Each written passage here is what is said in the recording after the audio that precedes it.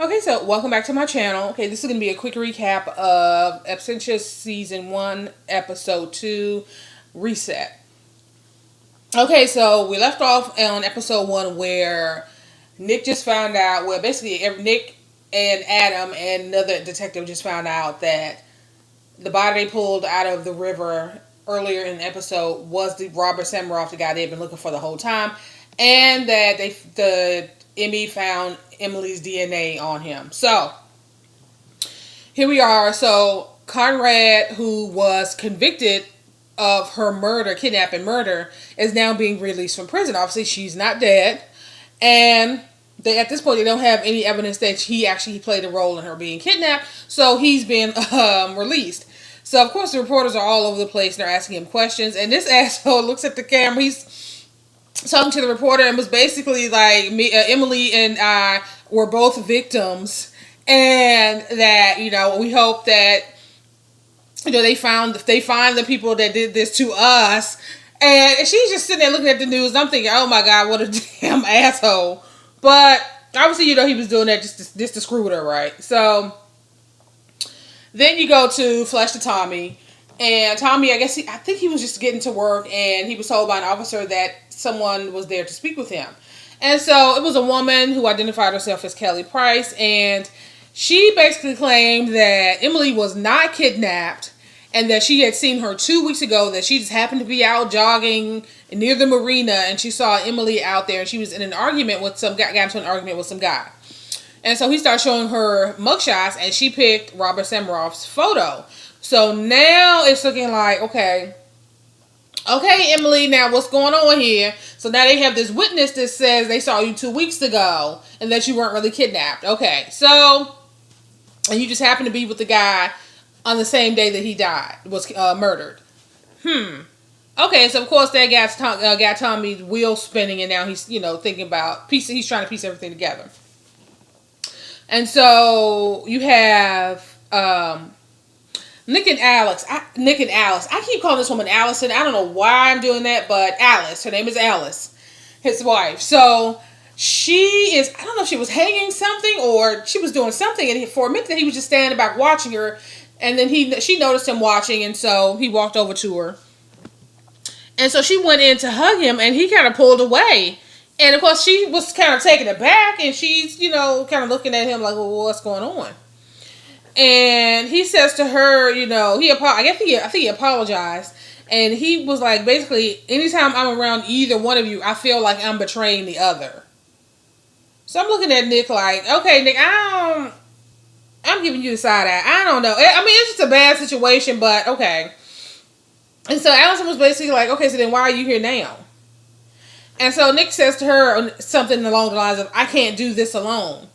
And so I'm looking at her, and I'm thinking that she's going to ask her some clarification or some kind of clarity on that statement. Like, what did you mean? What exactly is it that you want her to do, Nick? I understand you're in a bad situation. Everybody is in a tough spot, but it's like, what do you expect Alice to do? So, they embraced, and she basically, I guess, let him know that she was there for him, was going to be there for him, or whatever that situation was. So, we're going to see. We're going to see. We're going to see. And so now Nick is back at the office, and he's attending a briefing. And so you had all the agents involved in the case, involved in some aspect of both cases. So you have the kidnapping that they're investigating, and now Robert Samaroff's murder. So they're basically going over, what they found as far as, the flowers that were delivered to Jack's house. They didn't find any fingerprints, but they did determine that the water in the vase the flowers was in was the same water, came from the same source that the water that filled the glass coffin that came from. So they made that connection. As far as the cabin, they're saying it ran through. It was a whole lot of checking and back checking, and trying to find out who owns this cabin. And they found out that it was owned by some shell corporation. I forget the name off the top of my head. We ain't gonna worry about it. So this is where we see Ericsson for the first time, and she basically like, okay, maybe, we haven't dealt with the elephant in the room. Like, maybe we need to look at the fact that maybe, that Emily could have killed Samaroff. And of course, Nick was like, no, she was framed. So basically Adam shut all that down before it even got out of control, and it was like, basically, we're going to investigate both crimes, the kidnapping and the murder, and if they happen to intersect, intertwined, or they're connected, then so be it. It is what it is. And so basically everybody knows what they're supposed to do. Meeting adjourned. Let's get on that. Let's get out of here. So you flash to Emily. She's with Dr. VEGA, and of course she's still trying to recover her memories. And he eventually asks her how things were going with Nick. And Emily says, well, he chose her. And basically, Dr. Samra said, basically, he didn't choose her. You were dead. Basically, for all intents and purposes, everybody thought that you were dead and your life moved on without you. And again, you can understand her frustration, but at the same time, you're angry at the wrong people, it looks like. I mean, she's upset. She's trying to find out what happened to her, but it's like she's very angry and resentful that people have kind of moved on with their lives. And so he basically had to tell her, no, he didn't choose her. There was no choice to be made, because at the time he got with her, you were presumed dead. So there was no choice between you and her, technically. And so he asked her, okay, so well, what do you want out of this? What do you want to happen? And of course she's sitting there and basically saying, I really don't know. I don't know. And so during the session, Nick calls Dr. VEGA during their session and basically asks her to come in. And of course she's like, well, what's going on? She's like, well, he was like, well, Boston PD wants to talk to you. So Tommy is now there after talking to the witness, I'm saying in quotation, and finger quotes, air quotes, the witness Kelly Price. He's now gone to the FBI to question her about what Kelly said about her and Samaroff getting into this argument on the same night he died. So Nick basically didn't say anything to her over the phone. She had to come in. And so she's sitting in the interrogation room with Tommy and Adam on one side of the table, and I think it's her and her attorney on the other side. And this is where she was basically informed that Samaroff was actually dead, that the body that was they pulled his body out of the water 2 weeks ago, and that her DNA was found on the body. And she is basically claims that Harlow was behind everything. And basically, the gist of it is that they really didn't have enough to hold her, so they let her go. So, of course, she left, and the whole time, Nick is watching the interrogation, and she storms out, and he kind of runs behind her, and he, apologizes, but at the same time, he's in a tough spot. Like, they have to investigate these crimes, and there's only so much that he could tell her. And so, of course, she was angry because she felt like he had let her walk into an ambush, which, I mean, he really did. It's like,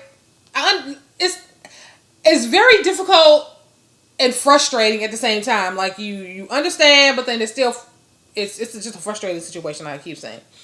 And so she basically said that she wanted to see her son, and he was fine. He was like, fine, that's not a problem. Like it's not like he's trying to keep them apart or keep him away from her. So he's like, okay, fine. So the next thing you know, Emily shows up at the house. So Alice is there. Obviously, Flynn is there, and Alice, she just shows up. I don't even think she called the head. I think she apologized for just showing up, and she was like, oh, that's fine. You can tell Alice is she's just not here for it. But, she knows that, that's Flynn's mother, and I guess having some respect for the relationship that Allison and Nick had. She's trying to be gracious and unbothered by it. She's trying to be understanding, but you can tell that she's not here for it. So she was basically,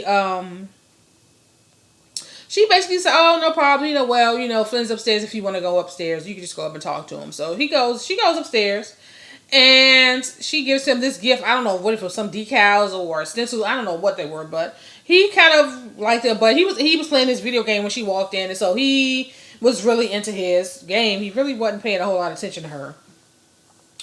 And so she's trying to make small talk, and he's like giving these really short answers and basically into his game. And then she saw his trophies, because he's on the swim team at a school, and so he's won a number of trophies. She's like, oh, this is really cool. And he was like, yeah, he's won, da da da da da. And so she's still trying to talk to him, but he was like, I really like to finish playing my game. Just basically, it's like, I don't have anything to say to you, and he's getting on my nerve too. It's like, you understand he's a kid, she's a stranger, and he's just trying to make sense of it all. But at the same time, he is at this point annoys the shit out of me.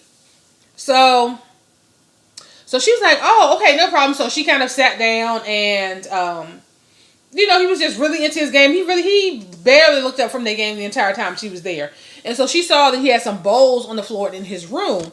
I guess where he had cereal or whatever. And so it was that bowl, seeing the bowls kind of triggered her, and you saw her flash back to that room she was locked in, where she was filthy. I don't know if she was chained to the wall or something or whatever, but she was on the floor and she had to eat with her hands like an animal out of this huge bowl that, I guess, whatever kind of food was in there that the person was feeding her.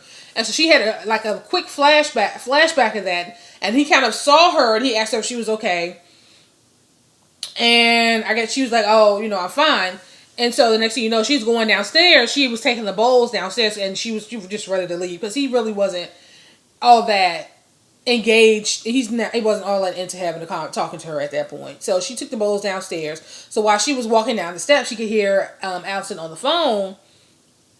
Allison, Lord called the woman Allison again. Allison on the phone, she was talking to someone, and she was basically talking about how uncomfortable she was with her, and this, then the third. And so Emily goes in and she puts the bowls on the counter, and then Allison, she turns around, because at this point Allison doesn't know. She turns around to see her, and Emily was like, well, I'm just going to head out. And Emily was basically like, oh, okay, bye. So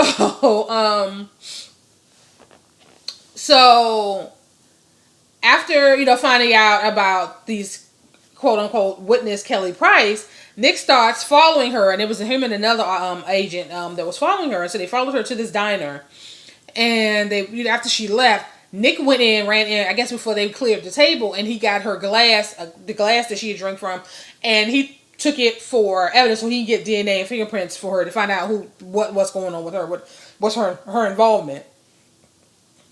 And so he, got back. They ran the test, and they found out that her name isn't, in fact, Kelly Price. Her name is Regina Talbert, and she has a long criminal history of money laundering. She launders money for the Russians, and she's really all into that underworld. And she was actually an associate of Samaroff. And so they was also able to find out that she was her connection to a florist named Jonathan Cooper, I think his name was. And so they were making a connection. Okay, so she has this connection with this florist, and then somebody from somewhere dropped these flowers off at Jack's house. So now they're trying to track him down, trying to figure out what his involvement is in this whole situation. So they find where he's making, I guess, a delivery, and he takes off running. Next thing you know, there's shots being fired. He runs into a building.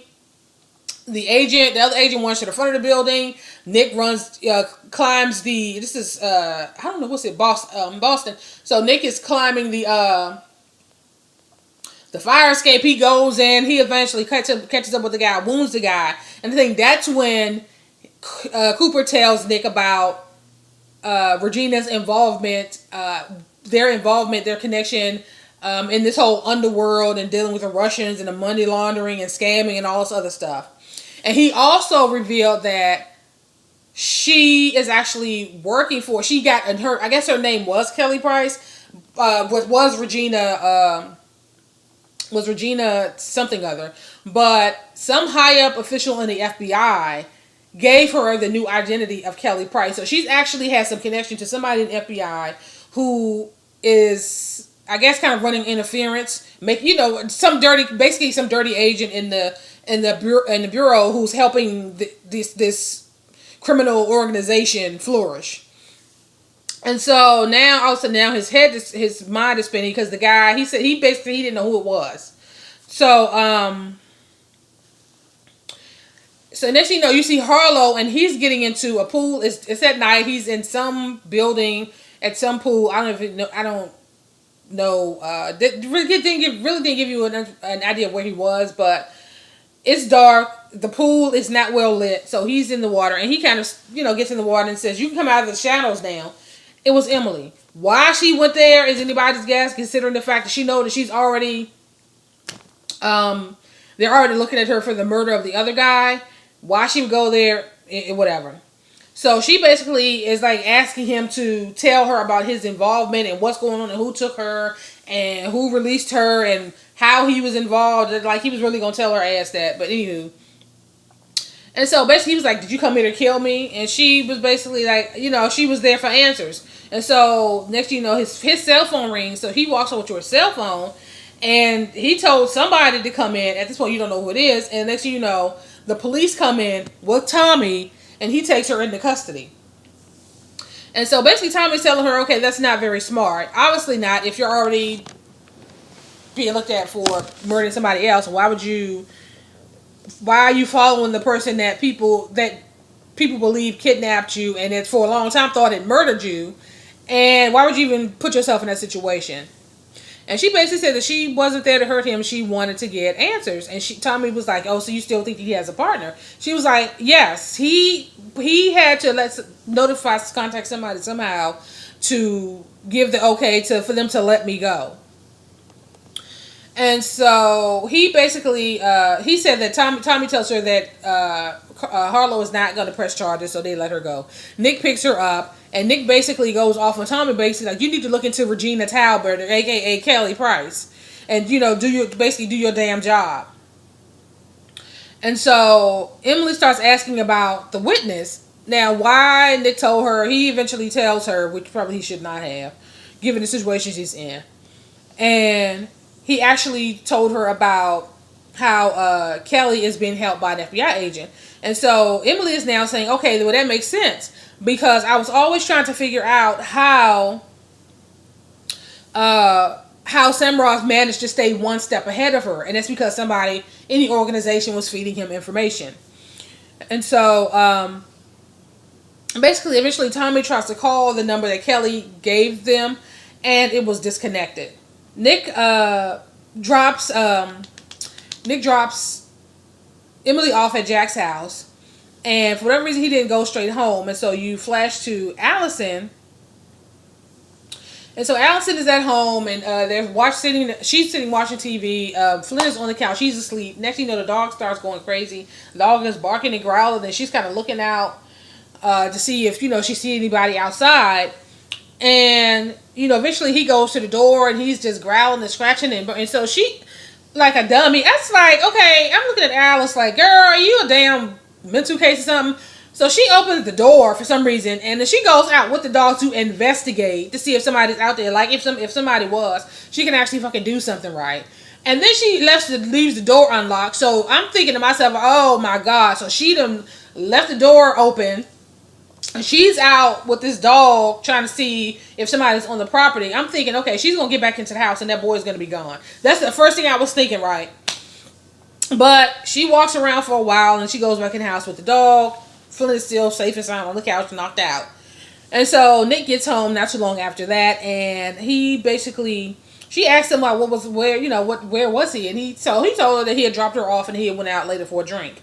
And so she basically told him, I think that somebody was outside the house. And he basically dismissed it like, oh, that was probably just the neighbor's dog. That's when Emily basically tells her that, that this is when Allison basically tells her that, Emily came by the other day and he was like, oh, okay. Now, I don't know if she told him she wanted to see her son, but she didn't say that she was going to go that day. So I don't know if he really knew that she was going to go over that day or what, but he was basically like, oh, okay, so what happened? And so Allison basically tells him, like, she makes me uncomfortable and she makes Flynn uncomfortable. And he's saying that, we need to show her some compassion. Once things are all said and done, that things go back to being normal. And Allison looked at him and said, don't lie to me. Basically, things will never be normal again. And there wasn't a whole lot he could say after that. And so Tommy now Tommy is still trying to find Kelly.